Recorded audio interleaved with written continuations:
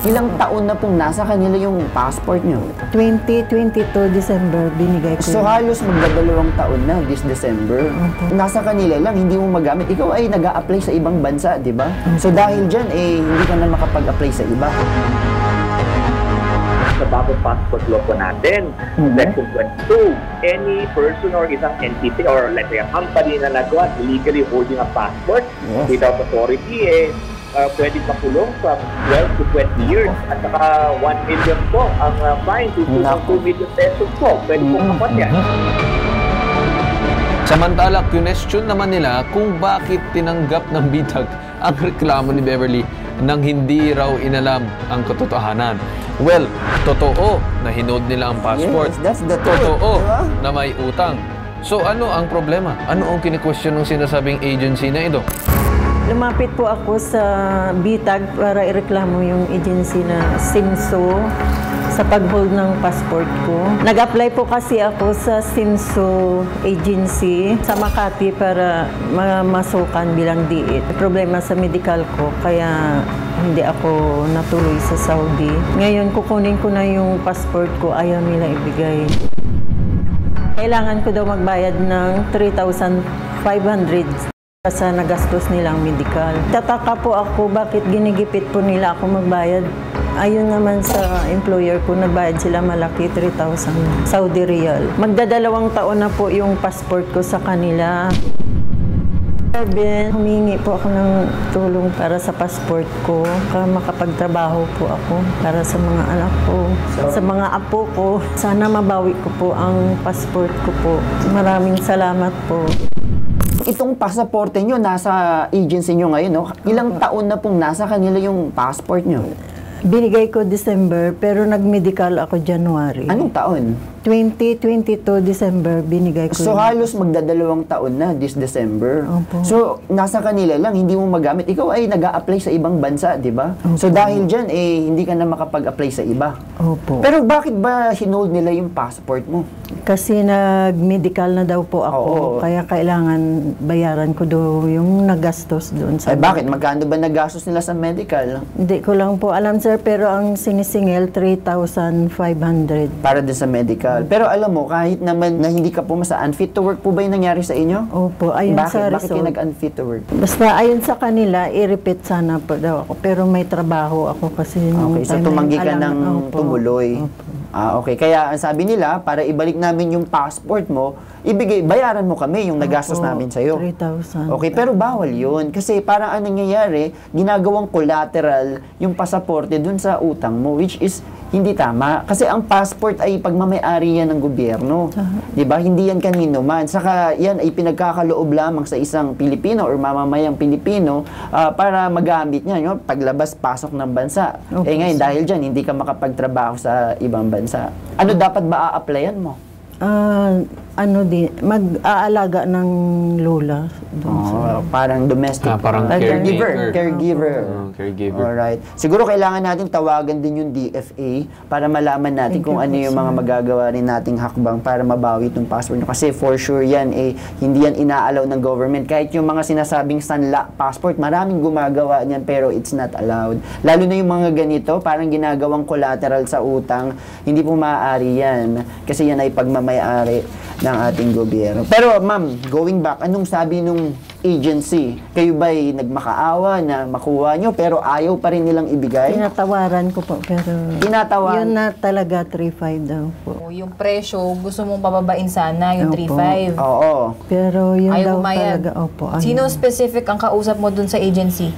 Kilala mo? Julie po ang... Si Julie. Kausapin natin mamaya Balik kasama, pinorward lang niya sa akin yung sinabi ni Ma'am Julie. So ayaw talaga nila ibigay. Kumbaga, magkano ba tinatawad mong halaga? 1,000? Opo. Okay, sabi ko na nga mo, 1,000. Ayaw nila pumayag sa 1,000. Ako naman kasi, sir, ang nag-process doon sa ano. Yung mismong passport, hindi pwede hold ng agency yan. Dapat man sana kung meron kang sinasabing kailangan bayaran, mag-iiwan ka na lang dapat ng sinasabing promissory note kapalit ng sinasabing passport. Tama. Pagka once na binalik sa'yo, meron kang promissory note na nakalagay na ako, si ganito, para bayaran ang sinasabing halaga ng 3,500 in the span of 1 month, 2 months, ganyan. So, at least may dokumento na nagsasabi na ikaw ay nangangako para bayaran yung sinasabing utang. So, dapat ganun sana yung nangyari. Nasa kabilang linya, si Passport Acting Director ng Department of Foreign Affairs, si Mr. Von Ryan Pangui. Magandang umaga po sa inyo, Director. Magandang umaga din po to the BTAG team and to sa tagapakinig po. And I have to mention that sa bagong batas natin sa bagong passport law po natin, Section 22, any person or isang entity or let's say a company na nagawa illegally holding a passport without authority, pwedeng makulong from 12 to 20 years at saka 1 million po ang fine to 2 million pesos po. Pwede pong makuha yan. Yan po mangyayari. Alam nyo, Director, itong sinisingil lang agency dito, 2,500 sa ginang. Ngayon, magbabayad sila ng 3,500 daw. 3,500. Ngayon, magbabayad pa sila ng 1 million kung hindi nila to i-release. Director, bibilisan na po natin. No? Ano po ba ang pwedeng gawin neto ni Ma'am Beverly, yung complainant po natin? Siya po ba ay matutulungan din po ng DFA regarding this matter po sa kanyang pasaporte? Yes po. We just need to know the name of the agency. Susulatin po namin ng agency. Pero maganda rin na makipag-coordinate siya sa NBI or sa mga kwan sa police kasi pwede naman kasuhan na tao and the DFA is willing to cooperate with law enforcement para makwanto. Pero at the same time, susulatin namin siya. Pwede namin pwede na mag-file din kami at the same time. I would also advise po na since we are talking, kasi pinag-uusapan natin, recruitment agency, so a complaint also be filed sa DMW. Kasi yes, opo.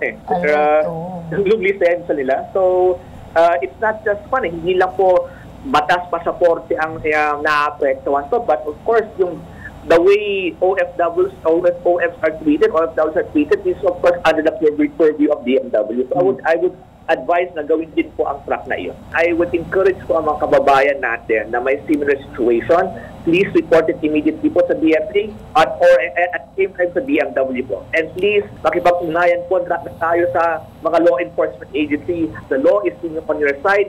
Tutulong po tayo lahat na para po makasok po ang mga ganitong mga kaso, ganitong mga gawa ang masamang pamain. With that po, maraming salamat po, Director Von Ryan Pangui. Magandang umaga po sa inyo. Magandang umaga din po sa BTAG team.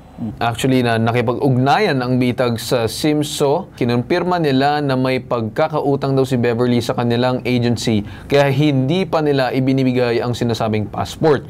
Sinubukan ng BTAG imbitahan sila sa programa para magsalita, sumbalit tumanggi silang magbigay ng kanilang panig.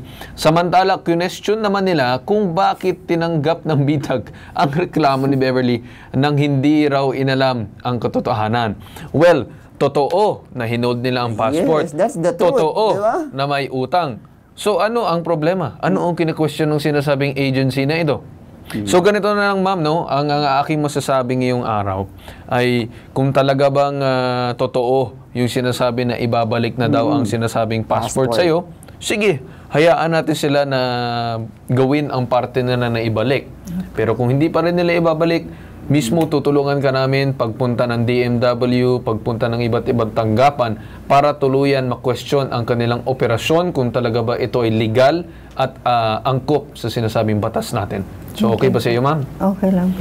Okay. So, maraming salamat po muli sa paglapit dito sa tanggapan ng ipabitag mo.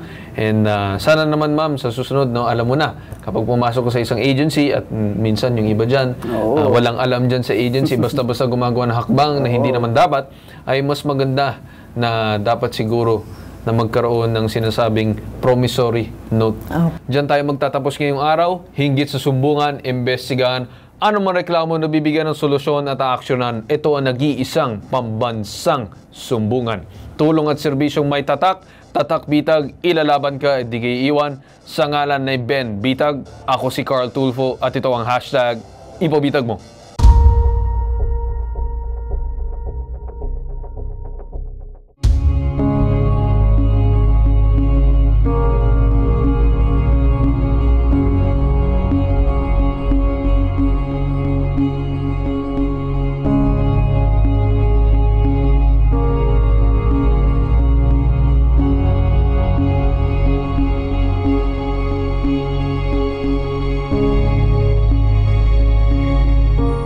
morning po, Sir Tulpo, Sir Carp, sa staff po.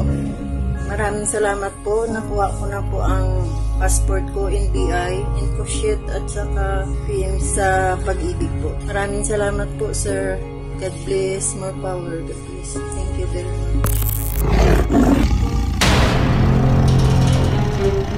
much.